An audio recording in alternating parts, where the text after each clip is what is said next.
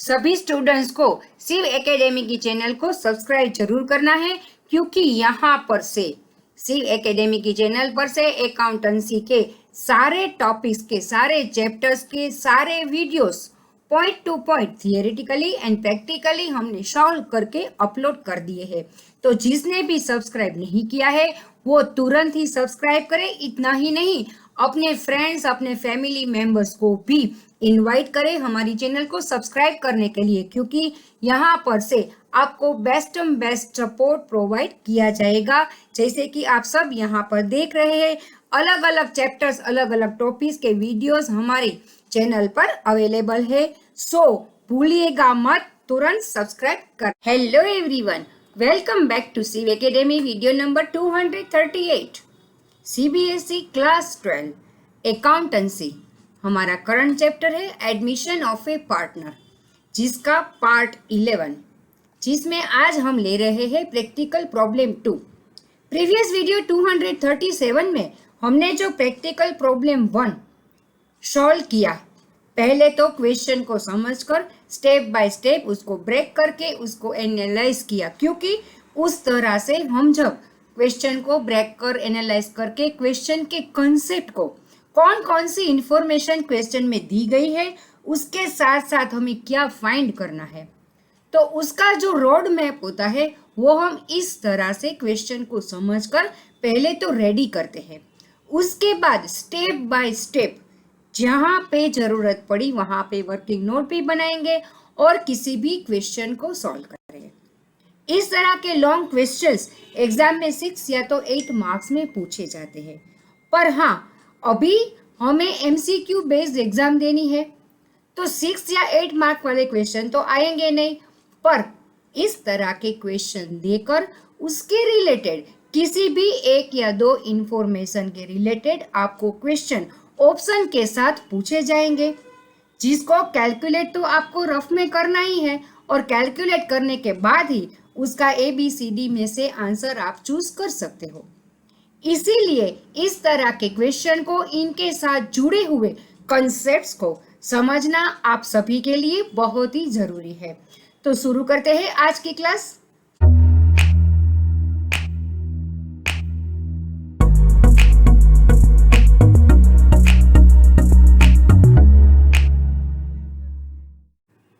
Yes, यहाँ पे हमको क्वेश्चन दिया गया है, X and Y shares profit in the ratio of 5:3 their balance sheet.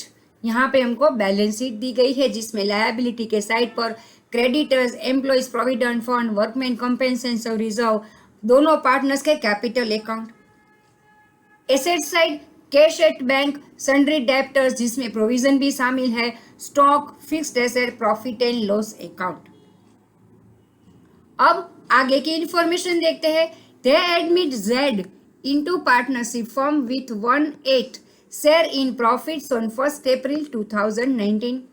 Z brings 20,000 as his capital and 12,000 for goodwill in cash. Z acquires his share from X.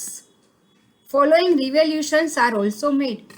Yes, ये जो Z partner नया admit होता है, उसी वक्त Z की information हमको दी गई है, वो कितनी कैपिटल लेके आने वाला है, कितनी गुडविल वो दे रहा है, अपना शेयर वो किससे एक्वायर कर रहा है, उसके साथ साथ फर्म का रिवैल्यूएशन भी दिया गया है। जैसे कि employees provident fund liability is to be increased by 5,000। यहाँ पे हमको एम्प्लॉइज प्रोविडेंट फंड दिया गया है, जिसमें अब हमें 5,000 प्लस करना है। B all debtors are good, मतलब कि वो जो डेप्टर्स वाली अमाउंट है वो एज इट इज है। Stock includes 3,000 for obsolete items, stock में 3,000 ऑब्सोलेट आइटम्स भी शामिल है। Creditors are to be paid 1,000 more, creditors को अब हमें 1,000 मोर देने, तो अब हम जो ये हमारा क्रेडिटर्स है उसमें प्लस 1,000 करेंगे। Fixed assets are to be revalued at 70,000, यहाँ पे फिक्स्ड एसेट हमको दी गई है 18,000, जिसकी हमें रीवैल्यू की तो हमें मालूम पड़ा कि इसकी वैल्यू तो 70,000 है, मतलब यहाँ पे हमको 10,000 माइनस करना पड़ेगा। अब इस क्वेश्चन को समझकर हम आगे बढ़ते हैं। सबसे पहले देखते हैं रिवैल्यूएशन अकाउंट, जिसमें स्टॉक की जो 3000 वाली एंट्री है उसको हमें डेबिट करना है। क्रेडिटर्स जो हमारे इंक्रीज हुए यानी कि हमारी लायबिलिटी इंक्रीज हुई तो वो भी हमने यहाँ पे डेबिट साइड कर दिया है। फिक्स्ड एसेट की वैल्यूएशन हमारी डिक्रीज हुई तो जो डिक्रीज हुई वो एक तरह से हमारा लॉस है जिसको हम रिवैल्यूएशन अकाउंट में डेबिट करते हैं। और प्रोविडेंट फंड जो हमको दिया गया था उसकी हमें एंट्री है 5000, हमें लायबिलिटी को इंक्रीज करना है। हमने सीखा है कि जब हमारी लायबिलिटी इंक्रीज होती है तो रिवैल्यूएशन अकाउंट में उसे हम डेबिट करते हैं। तो अब सभी एंट्रीज को हमने डेबिट कर दिया। अब जो ये हमारा क्वेश्चन में प्रोविजन फॉर डाउटफुल डेब्ट्स था 6000, इसको हमने क्रेडिट कर दिया क्योंकि वहां पे हमको कहा गया है ऑल डेप्टर्स आर गुड, यानी कि अब हमें इस प्रोविजन की जरूरत नहीं है। सो अब हमें उसे क्रेडिट कर दिया है। तो अब हमारा रिवैल्यूएशन अकाउंट जब हम क्लोज करते हैं तो हमारा लॉस जो आता है उस लॉस को हम दोनों ओल्ड पार्टनर के कैपिटल अकाउंट में उनके ओल्ड रेशियो के मुताबिक ट्रांसफर करेंगे। अब बारी है पार्टनर्स कैपिटल अकाउंट में। सबसे पहले हम इस तरह से फॉर्मेट ड्रॉ कर लेंगे, पर अभी हम एक्स, वाई और जेड की जो भी बैलेंस शीट होती है उसे हम डालेंगे। तो सबसे पहले हम बैलेंस शीट में देखते हैं तो एक्स एंड वाई की जो बैलेंस है उसे यहाँ पे हमने डाल दिया। उसके साथ साथ जो ये हमारा वर्कमैन कंपेंसेशन था वो भी वर्कमैन कंपेंसेशन फंड की रिलेटेड कैलकुलेशन करके उसे भी हमको डाल देना है।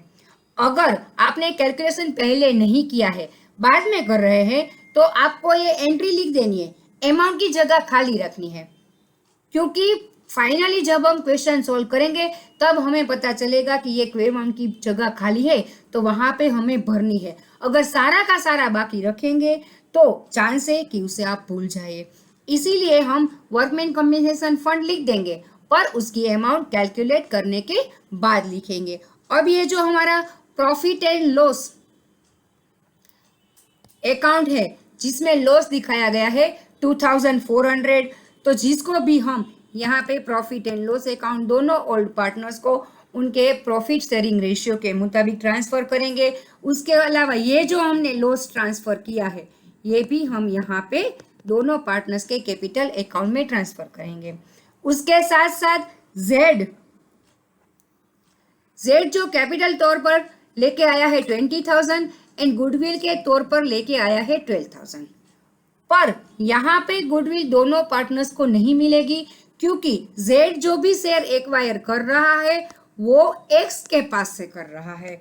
सो यहाँ पे हम देखते हैं तो premium for goodwill 12,000 only x के अकाउंट में हम क्रेडिट करेंगे। उसके साथ साथ जेड जो कैश में अपनी कैपिटल लेकर आया है तो उसको भी हम यहाँ पे डालेंगे। वो जो कैपिटल के तौर पर कैश लाया है वो उसके अकाउंट का अब बैलेंस होगा। तो यहाँ पे जेड का तो बैलेंस आ गया 20,000। अब हमें एक्स एंड वाई दोनों का बैलेंस इस अकाउंट को क्लोज करके निकालना है, जो आता है एक्स का और वाई का। एक्स का आता है 72,625, वाई का आता है 25,375। पर अभी हमने ये कैलकुलेशन नहीं किया है, यहाँ पे सॉल्यूशन दिया गया है इसीलिए यहाँ तक सही है, इसका कैलकुलेशन हम बाद में करते हैं। अब revaluation account and partners capital account related सारी एंट्रीज को हमने अच्छी तरह से समझ लिया। अब हम बैलेंस शीट बनाते हैं। बैलेंस शीट में जैसे कि क्वेश्चन ब्रेक करके एनालिसिस करके जब हमने समझा तभी जो भी हमने एंट्रीज को समझ लिया था उसे अब हमें डालना है। क्रेडिटर्स जो कि हमारा 1000 अब बढ़ गया है सो हम उसको 16,000 लेंगे। प्रोविडेंट फंड जिसका 5,000 का इंक्रीज मिलाकर उसकी वैल्यू आ गई है 15,000। तीनों पार्टनर्स के कैपिटल अकाउंट हमारे पास आ चुके हैं सो उनकी भी बैलेंसेस हमने डाल दी है। Land and building sundry debtors वो सब एज इट इज है तो उसको भी हमने एज इट इज डाल दिया है। स्टॉक में से जो 3,000 ऑब्सोलेट आइटम थी उसको हमने माइनस कर दिया तो स्टॉक की अमाउंट ऑफ डिक्रीज हो गई। फिक्स्ड एसेट को जब हमने रिवैल्यू किया तो उसकी अमाउंट हमने 70,000 तय की थी, जिसको कि हमने डाल दिया। कैश, जो कि हमारा कैश था, कैश एट बैंक था, यस, यहाँ पे कैश था ही नहीं। तो अब जेड जो कैश लाया 20,000 कैपिटल तौर पर और 12,000 गुडविल के तौर पर, वही हमारे पास कैश है। सो अब कैश में आ गया हमारा 32,000। अब हम दोनों साइड का टोटल करते हैं तो हमारा टोटल हो जाता है इक्वल, यानी कि हमारा क्वेश्चन हो गया परफेक्टली सॉल्व। अब यहाँ पे वर्किंग नोट्स दी गई है। वर्किंग नोट्स जो भी हमने कैलकुलेशन किया था उसके रिलेटेड ही वर्किंग नोट्स है। जनरली किसी भी क्वेश्चन को सोल्व करने से पहले वर्किंग नोट्स बना लेनी चाहिए, क्योंकि इसी तरह से हम अमाउंट डालते हैं। पर अगर वर्किंग नोट आपको लास्ट में बनानी है तो कोई बात नहीं, उसके रिलेटेड जैसे कि मैंने पहले कहा उसके रिलेटेड एंट्रीज को आप डाल दें, पर उसकी अमाउंट को बाकी रखें और जब वर्किंग नोट बना लेते हैं तब उस अमाउंट को डाल देना है।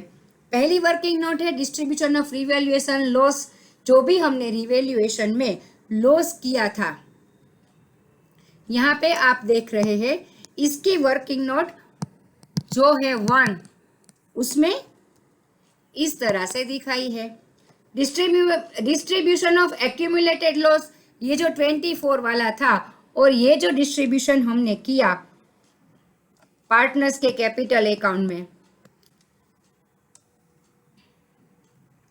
उसके बाद distribution of workman compensation fund, जिसको हमने बाकी रखा था 5,800 की जो अमाउंट है वो दोनों पार्टनर्स के ओल्ड प्रॉफिट शेयरिंग रेशियो में, यानी कि 5:3 में हम डालेंगे तो ये अमाउंट आएगी,